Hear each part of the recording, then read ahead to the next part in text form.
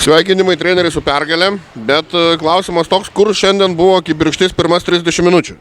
Nu, čia ir man klausimas kyla ir per pertrauką kalbėjome apie tai, kad komanda neatvyko. Trečiam kėlinį dar nebuvo atvykus, nu, ketvirtam kaip ir kažkas atvažiavo, tai taip ir gavosi. Tokios rungtynės tikrai prastokos, kartais taip įvyksta, nežinau net kodėl, nes kaip ir ruošiamės, kalbėjom, kad svarbu mums ruoštis, žaisti, bet gavosi, kad neatvykom. Bet atrodo ir Vilkas Otus yra Visvaika, gavo to tokio gero sparingo ketvirtam kėlinį, gavo biškį įtampos, gal ir pozityvo galima kažkiek išvelgti.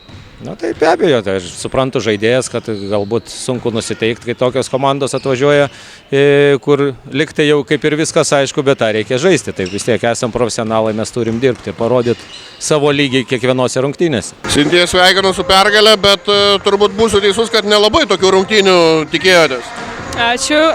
Šiaip jo, manau, atėjom per daug atsipalaidavę ir gal tikėjomės, kad čia bus lengviau ir tiesiog nueisim tiesiog kiaurai. Bet varžovės parodė, kad davė gerą kovą ir turim tokį rezultatą. Aišku, galėjom žymiai geriau, bet sakau, turbūt buvom biškį primygę. Ar toks prieš rungtynes ir buvo planas, kad visos gautų pasižaisti, nes visos atrodo merginos nuo atsarginių žaidėjų suolelio pakilusios tikrai įnešė nemažai geros energijos?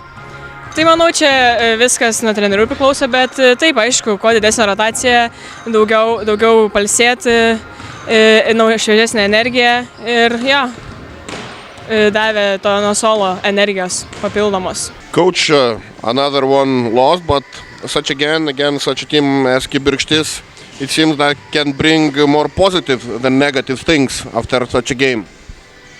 Thank you, yes. Obviously they're, in my opinion, currently the best team in our league. Probably the deepest roster, the most versatile roster with very great bigs and great shooters and basically great in every category.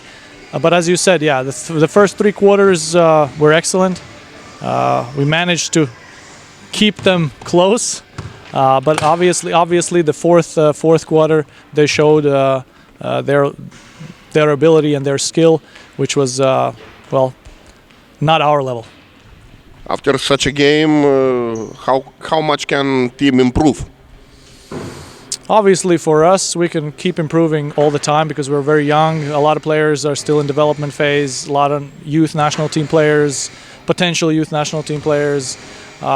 So there's definitely a lot of room of improvement, not necessarily against Kibirkštis, but as individuals and as a team overall.